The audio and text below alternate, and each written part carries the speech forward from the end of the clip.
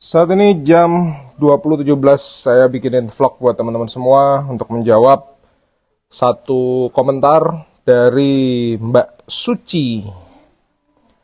Mbak Suci ini intinya kasih komentar ke story saya bahwa fotonya lama lah prosesnya. Karena saya kemarin jualan foto, hari ini laku satu gerobak es krim di Singapura yang saya motretnya tahun 2012, submitnya 2018, 6 tahun, dan sampai tahun 2023 itu masih dapat uang saya dari situ. Jadi kalau 2012 sampai 2023 berarti 11 tahun. 11 tahun dari foto tersebut dibikin, momennya sudah lewat, kamera yang saya pakai motret juga sudah saya jual. Pada waktu itu saya pakai Canon EOS 7D, tapi duitnya masih masuk sampai sekarang. Lalu ini juga masuk ke pertanyaan dari Mas Hunter Picture 099 bahwa Mas, kapan kita mendapatkan hasil atau uang royalti dari data licensing? Jadi intinya adalah sebuah pertanyaan, kapan fotonya bisa laku, kapan kita bisa dapat uang, kapan kita bisa menikmati apa yang kita bisa hasilkan dari karya-karya foto. Saya bisa klaim bahwa sepertinya isi vlog yang kali ini tidak menyenangkan karena akan sangat berkaitan dengan ketidakjelasan, ketidaktahuan, misteri, dan ini akan berkaitan dengan iman atau kepercayaan kita masing-masing. Stay tune, guys.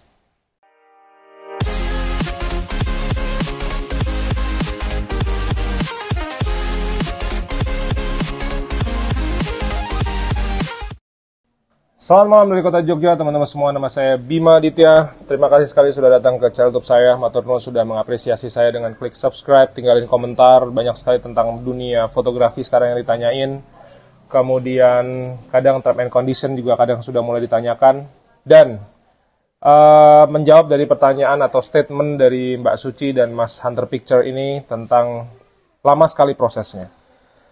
Sekarang saya mau tunjukkan sebuah fakta yang sepertinya tidak terlalu menyenangkan buat teman-teman semua, bahkan mungkin buat saya juga, bahwa saya akan tunjukkan 7 foto saya yang sampai hari ini tuh berarti Desember tanggal 5 Desember 2023, fotonya tuh masih ngasilin uang buat saya.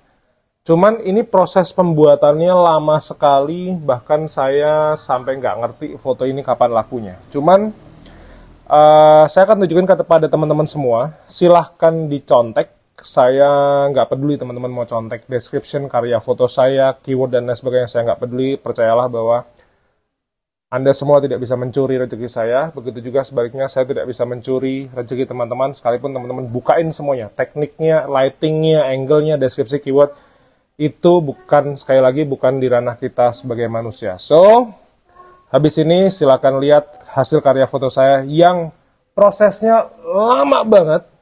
Tapi sekali lagi, sampai hari ini, 5 Desember 2023, masih jadi uang buat saya. Foto pertama, jadi saya tuh suka sekali ke Singapura. Selain saya punya kakak yang dulu pernah tinggal di Boon Lay di Singapura, sekarang sudah pindah ke Perth, Australia. Saya suka nongkrong di daerah Clarke Quay. Clarke Quay ini satu tempat yang romantis karena penuh sukacita, di mana saya pernah menunggu deal $500 pertama saya untuk pemotretan wedding warga negara Singapura, pemotretannya di Bali. Saya tinggal punya uang waktu itu $18, kemudian saya hanya bisa beli satu pop mie instan sama kayak minuman. Kalau di 7-Eleven di Singapura itu biasanya harganya paket. Waktu itu harganya saya ingat sekali $1.60. Itu dapat kayak pop mie sama satu minuman tidak sehat lah, ya, es sirup manis dan lain sebagainya. Cuman saya pernah duduk di salah satu tangga di Clarke Quay itu, malamnya saya motret dan fotonya seperti ini. Clarke Quay Singapura Januari 5 bla bla bla, silakan dicontek saja jelas editorial. Baru laku 1 kali. Setelah tahun 2014 saya submitnya 2018 dan sampai 2023 baru laku 1 kali senilai $1.37. 1 kali, guys. Yang kedua, foto ini cukup sering laku. Sudah 22 download setahu saya. Saya nggak tahu report hari ini kayak apa, saya belum cek ya. Tapi intinya foto ini saya lakukan pada waktu saya pemotretan portret di Hong Kong tahun 2015, musim dingin di Hong Kong, Februari. Saya nggak sengaja ngambil foto ini karena menurut saya suasananya bagus saja. Jadi saya ngambil foto ini tuh nggak ada tujuan untuk Shutterstock karena 2015 saya belum masuk ke Shutterstock. Cuman angle-nya bagus, kantonis, kanan kirinya orang makan, food stall segala macam, ini seksi sekali menurut saya untuk street fotografi. Tapi ternyata 22 kali download, $3.14 di Java Road, Hong Kong, daerah North Point. Saya pernah bikin foto ini 2015 memotret, 2018 disubmit, tapi sampai 2023 masih kayak dapat uang dari foto ini. Silakan contek ya. Lalu, ini yang nggak enak juga nih, baru 1 kali download. Ini 2018 saya memotret, 2018 saya submit, itu adalah bubur ayam Jakarta, cuman saya motretnya di Solo, di Surakarta, waktu itu lagi jalan-jalan. Berarti 2023 berarti mau tahun kelima ya, masuk tahun kelima baru laku 1 kali. Silakan contek. Lalu ada Frederberg. Jadi benteng Frederberg ya, karena saya di Jogja ya. Saya submitnya 2018, cuman setahu saya motret ini kisaran 2016-2017, jadi lama banget. Silakan contek juga, 13 kali download. Maldives 2015, ini adalah saya motret di ibu kotanya Maldives ya, Mali City. Itu ada saya tunggu speedboat saya mau ke resort. Itu ada dek kayu. Oh ini di villa saya ding, namanya Angsana Villa Varu ya, 2015. Lagi-lagi submitnya 2018 dan masih laku sampai 2023. Baru 2 kali download. Berita buruk nih. Terus saluran drainase ini baru motret 2019 sebelum COVID. Ini di kebun binatang Gembira Loka. Laku 3 kali $1.67.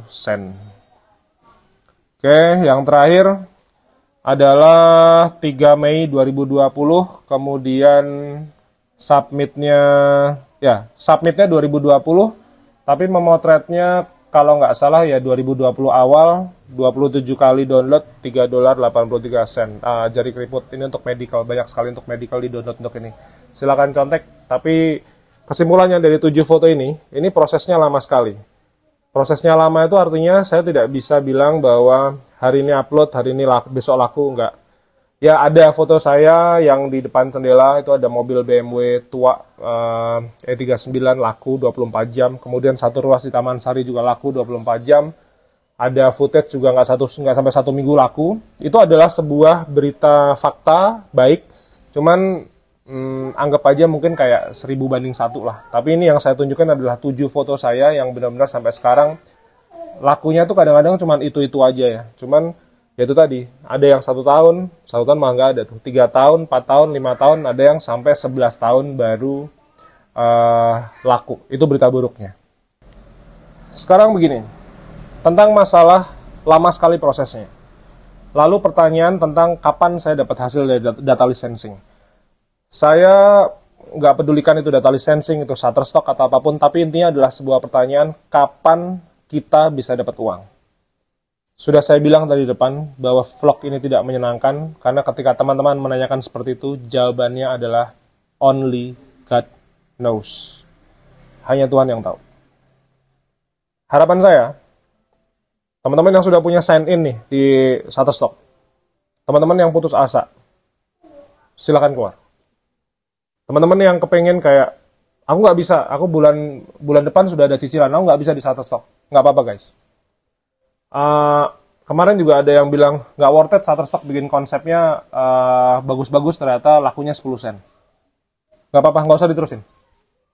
Lalu kemudian lama banget nih, 2012 motret, 2018 submit, masuk 2023 baru laku 23 download misalnya gitu. Nggak worth it itu, nggak usah diterusin, nggak apa-apa. Percaya sama saya bahwa yang namanya duit dari fotografi itu tidak hanya di Shutterstock. Shutterstock itu saya bisa bilang bahwa ini angkanya receh. Maka tugas kita adalah bagaimana membuat foto kita tuh terdownload banyak sekali. Sehingga kita dapatnya juga banyak. Tapi kalau teman-teman yang cepet-cepet buru-buru pengen punya uang, besok mau A, B, C, D, F, G, beli mobil baru, beli motor baru, Shutterstock bukan pilihan yang tepat.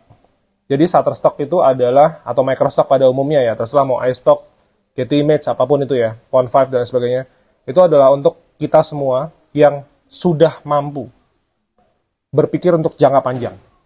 Kalau jangka pendek, rasanya berat nih di sini. Saya bisa masuk ke Shutterstock dan saya kayak nothing tulus di Shutterstock karena saya sudah punya cukup uang yang lebih dari cukup lah dari industri wedding fotografi saya. Jadi ketika saya sekarang sudah tidak banyak dipanggil untuk keperluan wedding di Jogja, Jawa Tengah, di Pulau Jawa ini, saya punya tabungan yang mampu membuat saya untuk tidak motret wedding selama lebih dari 2 tahun. Outputnya kalau nanti teman-teman ke Jogja, teman-teman bisa lihat ada The Cendela Sapulu Coffee, itu adalah output dari kegiatan saya spend untuk investment di luar fotografi wedding saya. Itu jadinya adalah villa itu. Nah, artinya ketika saya setahun 2 tahun saya nggak motret wedding, saya masih punya uang banyak setiap hari terus datang terus. Jadi ketika saya sedang membangun aset saya di Shutterstock ini, saya tidak buru-buru harus punya uang besok pagi atau bulan depan. Ini saya kumpulin terus. Kumpulinnya aja sudah tidak saya tabung konvensional, ini sudah langsung otomatis masuk ke saham. Jadi anggap aja, saya akan menikmati uang Shutterstock ini mungkin 5-10 tahun dari sekarang, sama ketika saya membangun industri hospitality saya tahun 2013, dan baru ngerasain benar-benar hasilnya itu 10 tahun, 2023 ini. Kalau dulunya ya saya tiap hari tetap dapat uang dari persewaan Airbnb saya, tapi nggak kayak sekarang rasanya. Itu kayak sekarang tuh udah nggak motret setahun 2 tahun di wedding aja, saya masih punya uang yang lebih dari cukup untuk kasih makan keluarga, staff, segala macam gitu. Nah itu adalah berita buruk, sekaligus berita baik, walaupun saya bisa klaim mungkin 80% berita buruk ya buat teman-teman semua, karena lama sekali prosesnya. Sekarang, kita akan bicara 20% saja berita baiknya. Nah, tadi 80% saya anggap berita buruk ya, karena lama sekali prosesnya, susah, dapatnya recehan, dapatnya cuma berapa kali download, $3, 50 ribu itu kayak uang sampah lah mungkin buat sebagian dari kita. Cuman saya mau sampaikan satu insight, yang kalau bisa diterima syukur, nggak diterima juga nggak apa-apa, karena kemampuan kita berbeda. Ketahanan kita dalam menahan lapar pun berbeda. Tanggung jawab kita berbeda. Maka, kalau saya kan nggak punya utang perbankan, jadi saya tidak punya utang dengan lembaga apapun. Pinjol apalagi, perbankan, KUR, KPR, saya nggak punya.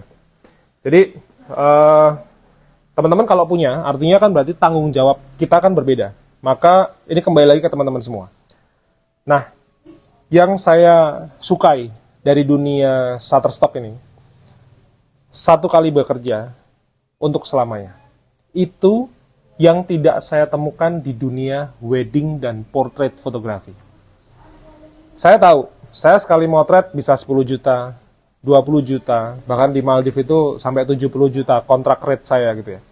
Tapi sekali saya selesai, kontrak saya kan H plus 60 hari itu wedding album sudah deliver, sudah harus sampai ke rumahnya dia. Jadi kalau misalnya saya kirim ke Hong Kong kurang lebih misalnya pakai pos Indonesia 7 hari, itu berarti hari ke-53 itu maksimum sudah harus dikirim. Tapi begitu masuk ke hari ke-60, saya tanya misalnya, apakah albumnya sudah sampai? Dia bilang, yeah, we already accept your album, thank you very much, the photograph is really wonderful, so see you next time. Begitu dia bilang apa gitu, selesai uang saya. Mau saya motretnya kemarin, mau 2010, 2013, 2014, begitu dia bilang, oke, Bim, sudah saya terima, selesai uang saya. Stop di situ, nggak ada pemasukan lagi. Cuman, kita mengaca kepada foto iseng dari mamang-mamang es krim di Singapura yang jualan es potong 1 sampai $1,5 ini. Ini saya foto waktu itu di Orchard. Tahun 2012. Kok saya menemukan sampai tahun 2023, bahkan sampai tadi malam, masih ada download 10 sen. Ini saya melihat sebuah potensi long-term passive income yang tanpa batas. Dari situ, saya suka sekali. Saya merasa bahwa selama saya masih hidup, selama Shutterstock masih ada, maka uang saya akan terus datang. Dan kalau suatu saat saya sudah meninggal, maka semua uangnya akan menjadi milik istri saya, akan menjadi milik anak saya, dan seluruh anak keturunan saya. Di situ yang saya suka. Mungkin saya tidak kaya saat ini dari Shutterstock, tapi mungkin suatu saat rezeki inilah yang akan menjadi penyambung nyawa untuk istri dan anak-anak saya. Nah, ini tergantung kepada kekuatan mental kita semua. Karena faktanya adalah ada banyak sekali orang yang meninggal itu akhirnya meninggalkan hutang. Nggak ninggalin hutang aja alhamdulillah. Tapi kadang-kadang problemnya adalah ketika si kepala keluarga ini meninggal, dia sudah tidak punya sesuatu yang menghasilkan untuk istri dan anak-anaknya. Itu yang paling parah. Maka buat saya pernah bahas kemarin, worth it nggak? Saya pernah bikin vlog kayak begitu, nanti teman-teman nonton. Buat saya, worth it sekali. Karena saya saat ini masih punya uang dari memotret, dari punya villa, dari punya coffee shop. Tapi apa yang terjadi ketika besok pagi saya meninggal? Apa yang terjadi ketika besok pagi teman-teman yang jadi kepala rumah tangga meninggal? Masih bisa ngasih duit nggak buat anak istrinya? Itu pertanyaan saya. Maka, worth it enggaknya, kalau buat saya, worth it. Terserah, kemarin ada yang skeptis, Mas ini dapat duitnya banyak kan dari YouTube AdSense. Memang, saya klaim ya, saya dari YouTube AdSense tuh jauh lebih besar daripada dunia Microsoft saya. Cuman ya itu bonusnya saya aja sharing di YouTube. Kalau saya nggak sharing di YouTube kan saya nggak dapat uang gitu. Saya juga nggak tahu mana yang lebih besar dari apakah Shutterstock atau YouTube AdSense. Saya nggak pernah tahu. Saya masih motret, saya masih submit di Shutterstock, kok tiba-tiba YouTube AdSense lebih besar. Ya itu rezeki saya buat saya, nggak ada masalah. Cuman sekalipun AdSense saya dan jualan online saya jauh lebih besar, e-book segala macam, kemudian seminar dan segala macam, atau pelatihan online course segala macam, itu jauh lebih besar. Saya masih motret sampai kemarin, guys.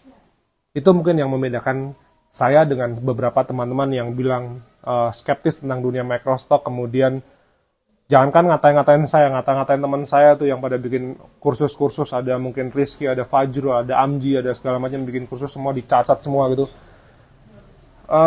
Saya rasa teman-teman yang mungkin atau netizen-netizen yang mencacat itu kan nggak ngasih makan istri dan anak-anaknya Fajrul, Amji, Rizky juga gitu. Jadi kayak cuman asal ngomong aja. Kami ini hanya berpikir bagaimana ketika kita mati besok pagi, itu istri sama anak-anak makan apa. Itu yang kita pikirkan. Maka, kalau kita punya sejumlah aset, 5.000, stok saya sekarang fotonya hampir 5.000. Kemudian saya punya footage, kemudian saya punya data licensing segala macam.